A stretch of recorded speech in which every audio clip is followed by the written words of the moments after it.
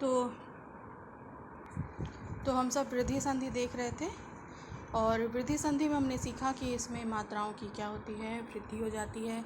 और आ के साथ ए और ए आने पर ए बन जाता है, और आ के साथ ओ या औ आता है तो औ स्वर बन जाता है। तो इसे ही वृद्धि संधि कहा जाता है और इसके उदाहरण को भी हमने देखा। अब इसके बाद हम देखते हैं दूसरा पार्ट इसका, यड़ संधि। अब हम देखेंगे दीर्घ संधि, गुण संधि और वृद्धि संधि हमने देख लिया है। अब हम देखेंगे यड़ संधि। तो यड़ संधि में इसके संधि करने का या संधि विच्छेद करने का कुछ 2-3 नियम हैं, इनको हम बारी बारी पहले समझेंगे। तो यड़ संधि में क्या होता है, ई और ई के आगे कोई विजातीय मतलब असमान स्वर होने पर ई और ई का य हो जाता है। ऊ और ऊ के आगे किसी विजातीय या असमान स्वर के आने पर ऊ को व हो जाता है।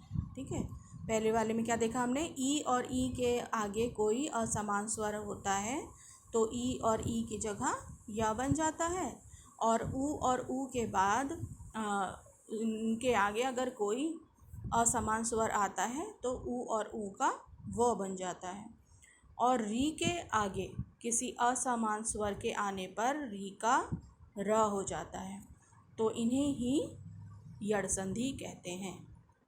तो या तो आप इसकी परिभाषा अगर पूछा जाए तो इस तरह से लिख सकते हैं कि ई और ई के आगे कोई असमान स्वर आए तो यह हो जाता है, ऊ और ऊ के आगे असमान स्वर आए तो ऊ का व हो जाता है, और री के आगे कोई असमान स्वर आए तो री का र हो जाता है। इसे ही हम यड़ संधि कहते हैं। अब इसको उदाहरण के द्वारा हम समझते हैं। अब यहाँ पर ई और ई का मेल करने पर य हुआ है, तो इसके उदाहरण से संधि कैसे हो रही है, यदि धन अपि यद्यपि। ठीक है, यदि धन अपि यद्यपि। अब यद्यपि कैसे हो गया, यहाँ पर जो ये व्यंजन है इसमें द और ये दोनों जो वर्ण हैं ये दोनों मिले हुए हैं। ठीक है, इसको इस तरह से भी लिखते हैं यद्यपि, ऐसे। ठीक है, उसके बाद ई और ऊ, इनके आने पर क्या हो जाता है, उ हो जाता है। अति धन उत्तम, अति उत्तम। तो यहाँ पर ई और अ का जब मेल हुआ, ई के बाद असमान स्वर आया, असमान स्वर कौन है, अ है, तो या बन गया। अब यहाँ पर ई और ऊ के बाद कोई असमान, ई के बाद अगर ऊ आता है तो असमान स्वर है ऊ, तो या तो हुआ लेकिन मात्रा भी ऊ की लगी। ठीक है, इस बात को आप ध्यान में रखिएगा।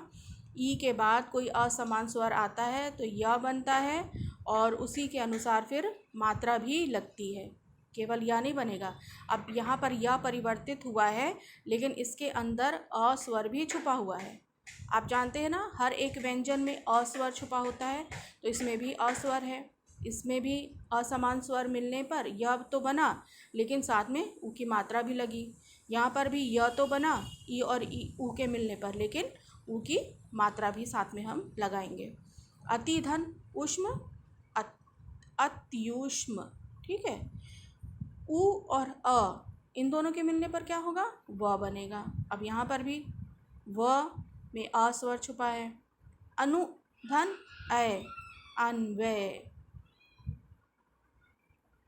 ऊ धन आ, ये क्या बना, वा बना।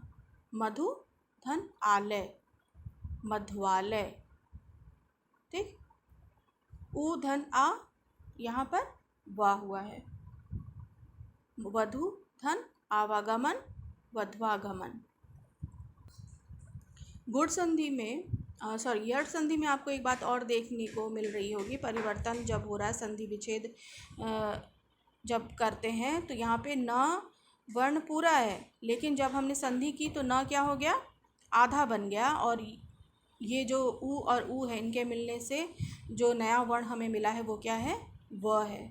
तो यहाँ पर भी मधु धन आलय में जो ये ध है, ये लास्ट का जो अक्षर है, ये क्या बन गया, आधा हो गया, और ये मध्वालय हो गया। यहाँ पर भी ध वर्ण जो है ये आधा हो गया, और यहाँ पर वध वागमन हो गया। ठीक है, तो ये चीज़ आप ध्यान रखेंगे कि जो पहला शब्द का अंतिम वर्ण है वह स्वर रहित हो जाएगा, मतलब आधा हो जाएगा, न आधा हो जाएगा। ठीक है, उ और ई के मिलने पर वी बना, अनु धन इत, अनवित। न देखिए आधा हो गया, स्वर रहित हो गया। उधन ई वी, अनुधन इच्छक, अनविच्छक। उधन ए वे, अनुधन एषणा, अन्वेषणा। अब यहाँ पर हमेशा ये ध्यान में रखिएगा, यड़ संधि में जब भी संधि विच्छेद किया गया है तो जो ये पहला जो शब्दांश है उसका जो अंतिम वर्ण है वो आधा होता जा रहा है, आधा होता ही जा रहा है यहाँ पर। ठीक है, तो संधि करते समय यड़ संधि में इस चीज़ का आपको ध्यान रखना होगा। उसके बाद है री के साथ कैसे है, री के साथ असमान स्वर आया र, तो ये क्या हो गया है, र जो है स्वर रहित है यहाँ पे। तो पितृ, पितृ धन अनुमति, री ये जो है ये री की मात्रा है। ठीक है, ये इसमें से त में री की मात्रा लगी है, तो ये यहाँ से ये री निकला है और ये अ यहाँ है, तो री और अ मिलकर क्या बना, र। पित्रानुमति। अब ये त आधा और र, आधा त और र मिलके कौन सा नया वर्ण बन गया, त्रा, और इसमें आ की मात्रा, पित्रानुमति। री धन आ, रा हो गया। पितृ धन आलय, पित्रालय। री धन उ, रु, पितृधन उपदेश, पुत्रोदेश।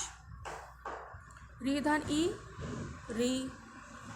री र के बाद कोई असमान स्वर आ रहा है तो र तो बन रहा है, साथ में उस स्वर की मात्रा भी हम जोड़ते जाएंगे। ठीक है, मातृ धन इच्छा, मातृइच्छा हो गया। तो ये था आपका यड़ संधि का उदाहरण। अब थोड़ा सा अयादि संधि है, इनको भी हम देख लेते हैं, समझ लेते हैं। तो अयादि संधि में क्या होता है, ये सब हम स्वर संधि पढ़ रहे हैं, इसका 5वां और अंतिम भाग है अयादि संधि।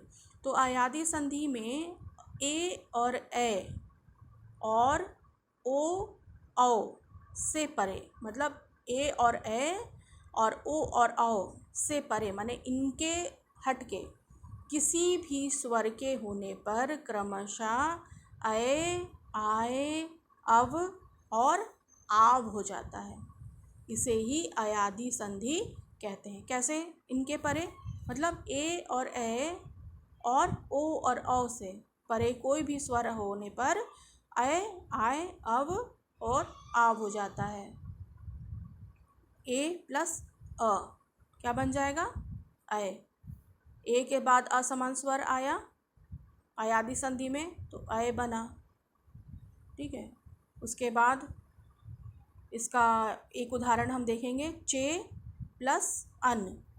चे में कौन सा स्वर है, ए, और इसका जो पहला है वर्ण अ, तो ए और अ मिल के क्या बन गया, अय। अय मतलब य। अब ये जो है इसके अंदर य पूरा है, अभी तो यहाँ पे हलंत लगा है तो ये आधा है अ और ये, लेकिन जब इस व्यंजन के साथ स्वर मिल जाएगा, अ स्वर मिल जाएगा तो ये पूरा बन जाएगा। तो जब हम मिलाएंगे तो यहाँ पर हम य को पूरा लिखेंगे, आधा नहीं लिखेंगे। ठीक है, चयन, ए प्लस अ, आय, गए प्लस अक, गायक। ओ प्लस अ, अव, पो धन अन, पवन। पो का ओ हुआ और इसमें से अ, ओ और अ मिल के क्या बन रहा है, अब। ये हलंत है वो में, पवन। औ धन अ, आव, पौ धन अक, पावक। औ धन ई, इक। नौ धन इक, नाविक। तो ये था अयादी संधि और इसके कुछ नियम हैं कि ए के बाद आए तो ए हो जाता है, ए के बाद आता है तो आय हो जाएगा, ओ के बाद आता है तो अब होगा, औ के बाद आता है तो आव हो जाएगा, और स्वर के बाद ई आता है तो इक हो जाता है। ये सब हम अभी स्वर संधि पढ़ रहे हैं। इसमें स्वर संधि में केवल स्वर ही का मेल होता है और स्वर से स्वर का ही परिवर्तन होता है। तो मुझे लगता है शायद आपको ये समझ में आ गया होगा स्वर संधि। ओके, धन्यवाद।